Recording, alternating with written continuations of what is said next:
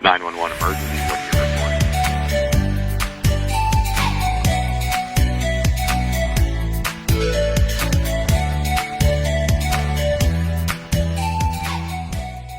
Welcome back, everybody, to another episode of We Speak Dispatch. Boy, is it great to have you back. We got playoff baseball. If you watch, I'm a huge sports fan. We got college football, go Hawks, all sorts of stuff. But we're joined by some excellent people, two of our regular people that contribute to We Speak Dispatch, as well as a guest who will have introduced himself here in just a little bit. But Doug, how's it going, Tennessee? Oh, Tennessee is always beautiful over here. So it's, it's the beautiful life.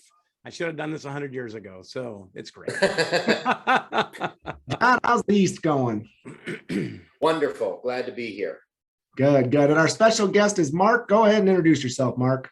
Hey guys, my name is Mark. I'm in the great state of North Carolina, and today's weather is just absolutely perfect. It's beautiful here. Good. How long you been in the dispatch profession?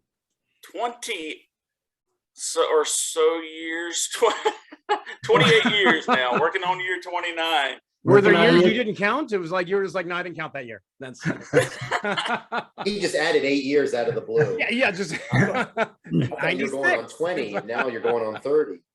Well, one of the things we want to talk about today is if you ever received feedback from whether it be a coworker or a supervisor or a manager, and how did you respond to that feedback? So Doug or John, what do you want to talk about sometime that you received feedback and how you acted on that feedback? Well, I'm just waiting for John. I have received feedback, good and bad, over my 21 years. So, I think it just depends on the delivery of it and the setup of it. I am one that it just innate in me to take things personally. That's just me. I know the separation just has to be there, but it's something that I've been working on for 21 plus years. But maybe that's what helps me grow after pondering whether I agree or more so disagree with it, Yeah. and taking further action from there. And Doug, for you, what's the best feedback you ever received? Well, the best feedback I ever received is I made this dispatch ready reference booklet I made. And that thing, it was just an idea and we did it and it came out to be really successful. It's now an official state of California form. And that was great to get a governor's award, which is hanging behind me here. And it's like, those kind of things are great. I will tell you on the negative side, because I have had some negative things in my career. So one of the things I learned a long time ago, and I say this in all my classes today too, is about failing forward.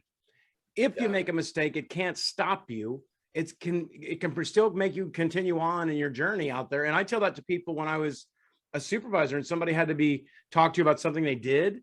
I would explain to them the failing forward concept of don't let this today stop you from becoming what you become. Because I said, look where I'm at. I mean, and I've had some issues in my career, but look where I'm at.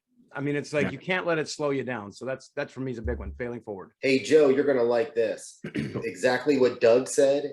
A setback can be a set up. Oh, write that one down, Doug. Write that one down, Doug. I'm writing that down right now. So Mark, like that? I did You like should that. I have like that a lot. That's So Mark, when we're receiving this feedback and wait, what was it again? Setback is a A what? setback can be a set up. Oh, yeah, God. that's Geez. right. So Mark, how is it that you don't take feedback personally? So I think the most important thing, and coming from a smaller center, everybody's tight knit, right? Because we spend so much time together. So I think a lot like John said, you've got to present it in a way that they understand this is not a personal vendetta against anybody. This is just something we've got to correct. And then along with what Doug said, man, we've got to take that and we've got to expound upon it and just make it better, make you better, make us better in the process, and everything's going to be fine. You can't hold grudges on it. And I need to let you know that if I'm your supervisor, I want you to know that this is not something I'm going to hold against you for long periods of time. I just want to help our team, to help our cause, and to help our center move forward and progress. Yeah, Absolutely. And one of the things that I would always tell people about is you have to learn about yourself under stress and how you change. Because if you're the person calling them in and you're not comfortable with conflict management and talking to them about that, your whole personality may change in the delivery of the message that you're giving to the employee. And they may be used to a certain you, and now you're completely different and you've changed and you've made the whole thing uncomfortable when it could be something that's so very easy. So learning about yourself when delivering feedback is also equally as important. Yeah, I always Keep it learned really this thing simple, about, too. but see, I learned this thing called setback can set you up. And the thing is, no, I'm just kidding. Yeah. Well, I'm going to give you another one, Doug, because John, I think, was hinting at the fact that I do like Mr. Maxwell, and you used failing forward. Uh-huh. So when you're in these situations, know that for the dispatchers, sometimes they win and sometimes they learn. Oh, wow.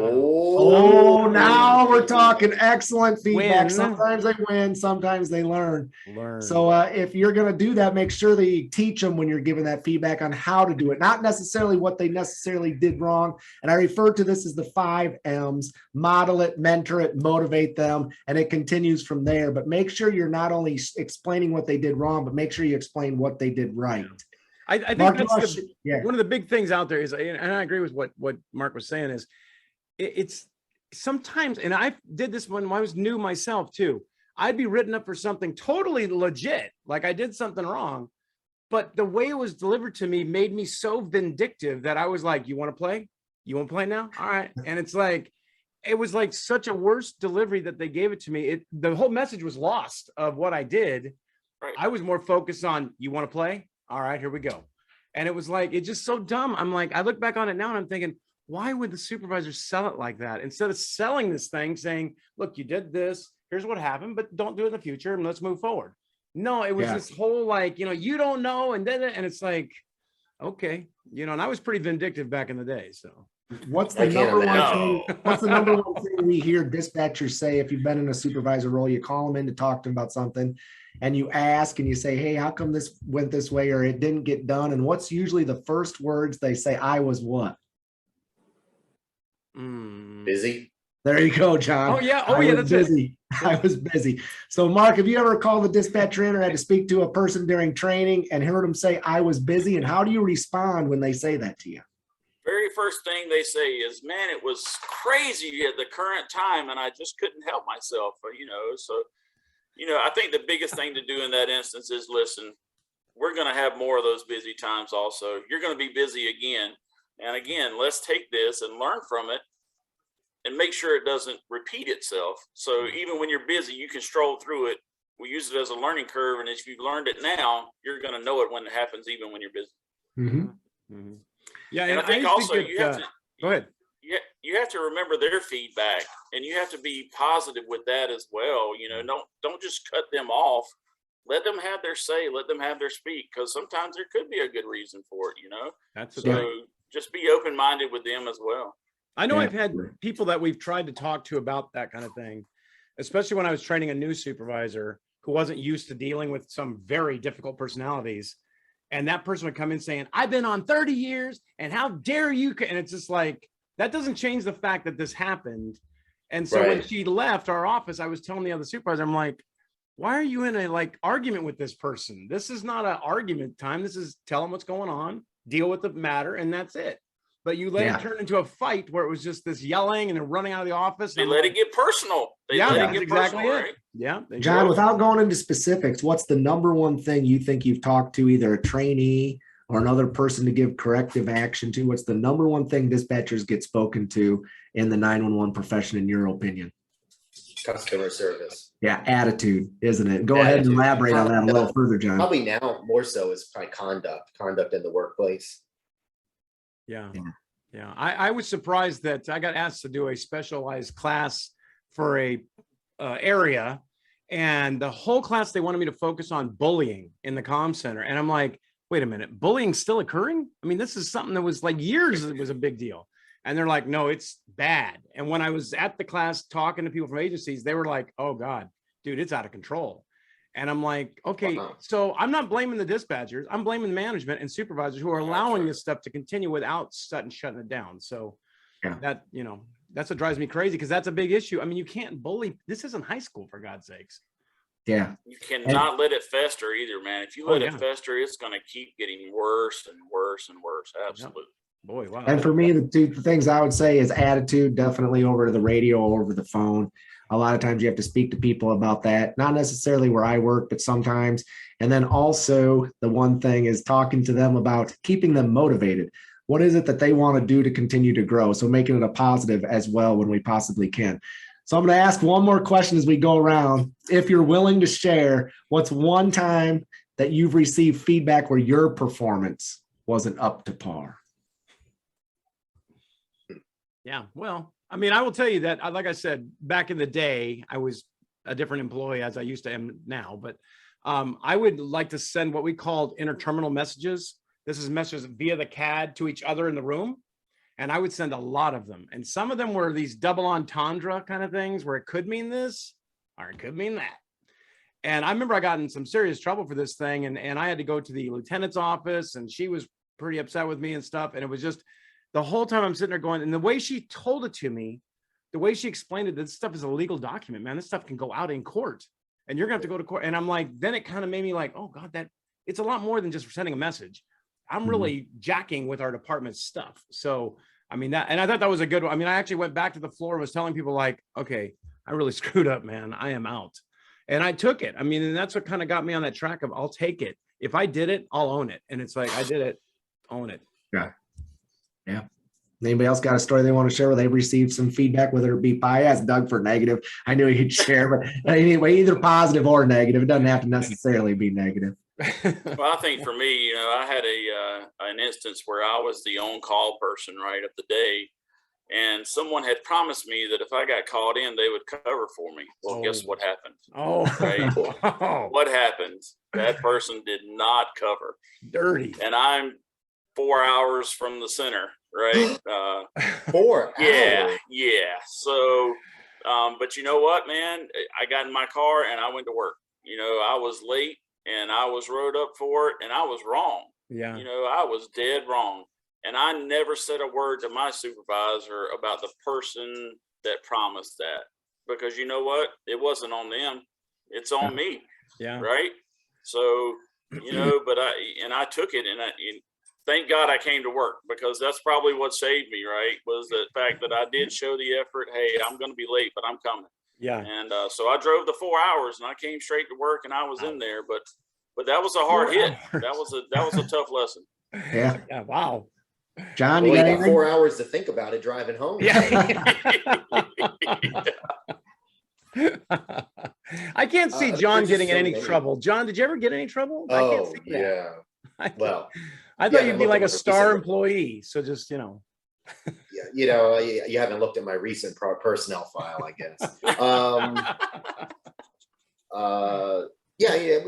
It's so many that just bleed together. I'm just trying to think. A CAD message I haven't been involved, but I know we've had some storytellers on CAD at my center before as well. Yeah. That probably wasn't going to be. Could it be this or that? Oh, it was one way. Wow. Oh yeah. At least I did it to where it could be either. So Yeah. Yeah. I mean, I think from when I was in one of the training departments, or the quality assurance department, it's just taking things into account more rather than just things at face value. And kind of what Mark was saying is just listening to someone and then saying, okay, evaluate, and then changing my perspective and either changing my course of action for the better of everybody involved. Yeah. And just, you know, just being with the positive feedback, it was the individual coming back and saying, hey, I really appreciate what you did. You know, you kind of did me a solid here. Or it was, you know, you could have gone this other route, but based on the totality of evidence or just everything we talked about, you made I respect the decision. yeah, that's good. Wow. Yeah, for me, it's the one I talked about earlier. It's attitude, and I have the most positive attitude, but I was really kind of passionate in this one meeting, and the deputy chief, you know, kind of caught on to that, and he said he'd talk to me eventually after the meeting. Well, the meeting was on a Monday.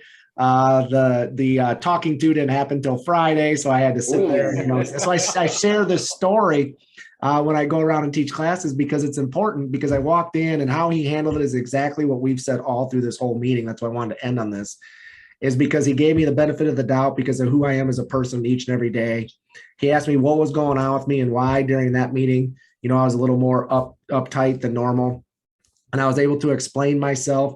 And he just looked at me and said, "You're going to get back to yourself?" And I said, "Absolutely." And so I'm going to end with, I did fail forward. I actually asked him when we upgraded our MDCs like a week later. I asked him if I could go out and ride along and look at some things from a dispatch perspective.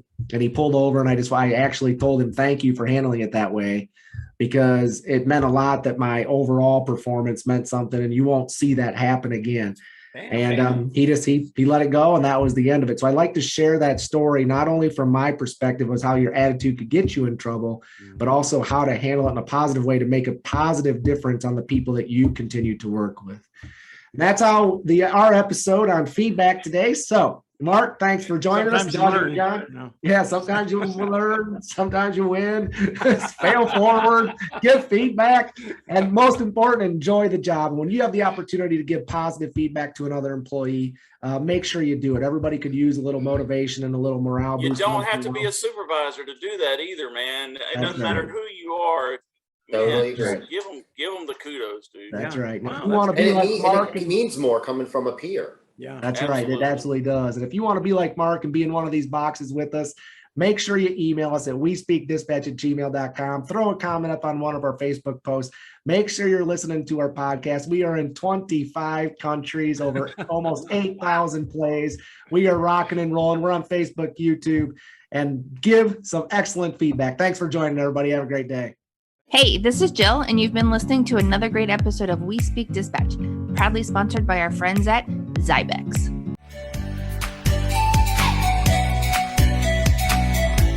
Yeah.